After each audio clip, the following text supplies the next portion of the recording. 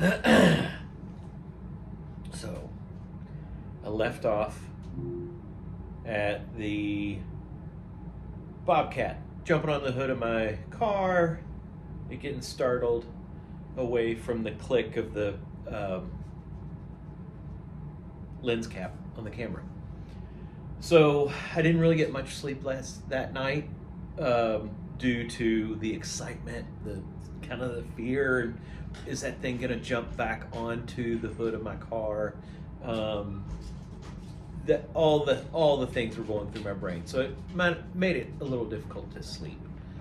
So got up the next morning, kind of hiked around the site just to see if I could see anything. I did have big giant paw prints all over the hood of my truck that I got pictures of. I don't know if I still have those pictures. It was 20 plus years ago. So I left there, drove, I guess it would be south to Vegas. I wanted to see the Grand Canyon. I'd never seen that before. And that's the first thing I did is I drove straight to the Grand Canyon. And if you've never been to the Grand Canyon, I highly recommend it. I don't know whether to tell you to go to the east wall, west wall, north wall, south wall. I've been twice now, but that was the first time I went. And I just happened to get to the Grand Canyon. And as Wanda is acting up, it was kind of a cool spot. Not a lot of people around, and I was able to hike up to the edge of the Grand Canyon and kind of sit there and just take it all in. It was absolutely breathtaking. So, if you've never been to the Grand Canyon, make it happen. Go to the Grand Canyon. From the Grand Canyon, I went to the Hoover Dam. They're maybe 30 minutes drive from one another, and that was pretty neat. It's just a big man-made structure. It's about like looking at a giant building. I realize it's all super impressive what it does and all that, but it's man-made. From there, I went to Vegas because even though I've got this kind of like hippy-dippy run through the forest soul in me, I do love places like Las Vegas because there is something about Las Vegas that's just, man, to be a fly on the wall and just watch everything around. It's the greatest people watching spot, or probably one of the greatest places to go to people watch and experience it all and just see the chaos of Las Vegas. So I get to Las Vegas and I check into a hotel, which on this trip, like I said, I think I took maybe 5 weeks off. So about every 3 to 4 days, I would check into a hotel to get a proper shower, sleep in a real bed, and just kind of decompress or what have you. So I found a non-casino hotel. I don't know what it was, maybe like a Holiday Inn or something like that. But it was in between two big hotels, two of the big casino hotels. So I checked in there.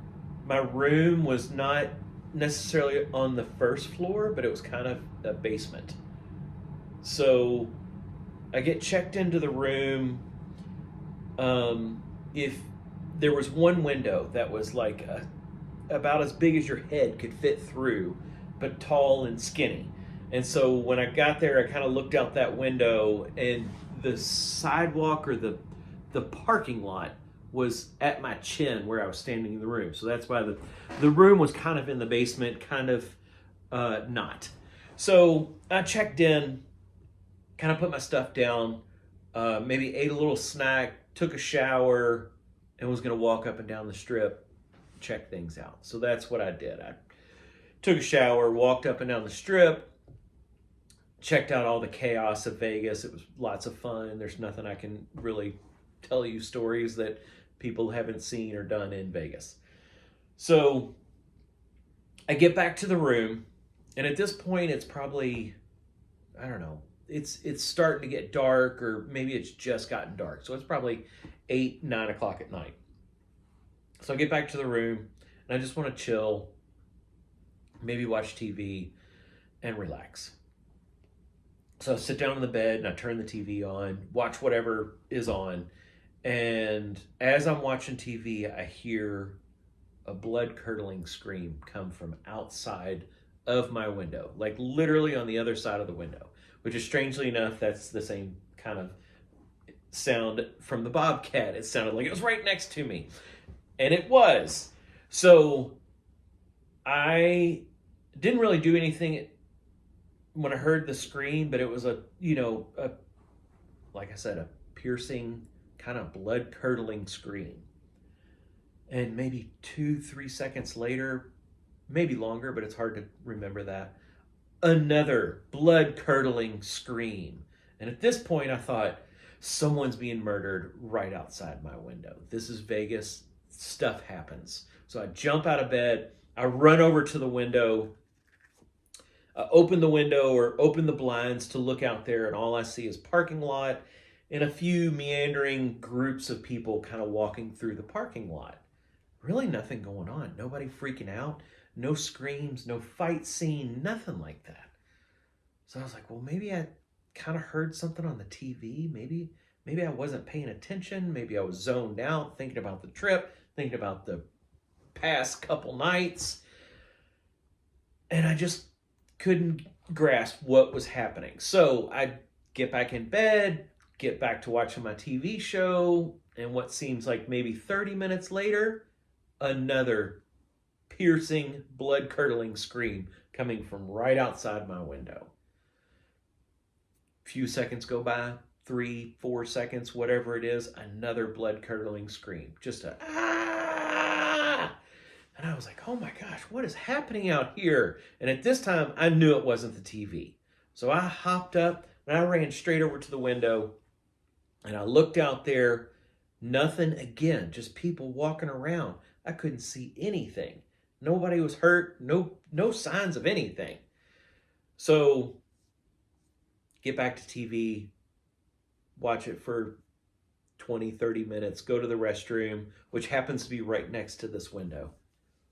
And this next time, as I'm going to the restroom, I hear the blood-curdling scream. As I finish, I run to the window, and I open the window, and I heard the blood-curdling scream, and I stood there for 2 to 3 seconds, and I looked, and then a bungee jumper falls right in front of my window and goes right back up and is screaming right in front of my window, which absolutely hilarious. And I kind of laughed myself to sleep that night. That was a really, really fun moment as well at this little hotel right next to, I believe it was called Circus, and some other hotel, maybe another hotel. I don't know. I just remember the blood-curdling screams. So, got up the next day, had a great breakfast at one of the hotels, probably a buffet style, but it was really good. Got back on the road. From Vegas, I drove, I think, further south. I don't remember. I'd have to look at a map, but a friend of mine lives in San Diego. And so I was going to go pop in and visit her and her husband and their kids. So I drove to south to California, to San Diego, and I knew when I would get off the exit, I would give them a call and be like, where do you guys live? I'm in the neighborhood, sort of thing. Surprise. So I get off the exit in San Diego or whatever, some San Diego exits. I get off, I pull into a park, and I'm sitting there, and I called a friend of mine, and they happen to be on vacation out of town. And she said, where are you in San Diego? And I said, I got off in this little area called Chula Vista. And she said, get in your car and leave immediately. Do not be in that, hang out in that area.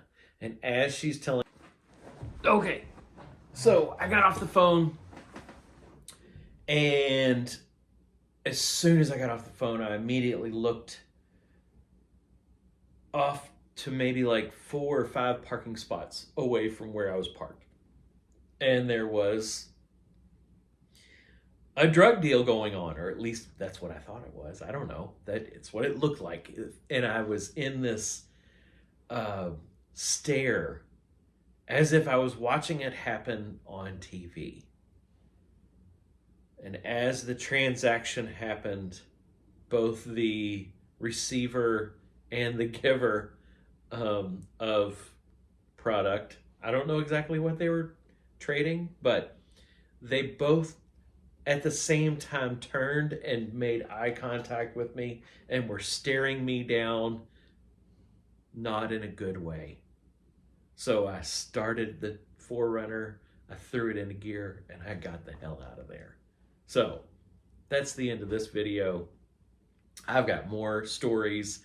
So like, subscribe, share, comment, tell me all the fun stuff, maybe things that you've done on your adventure trips, all that sort of stuff. And stick around or keep an eye out for the next video. Bye.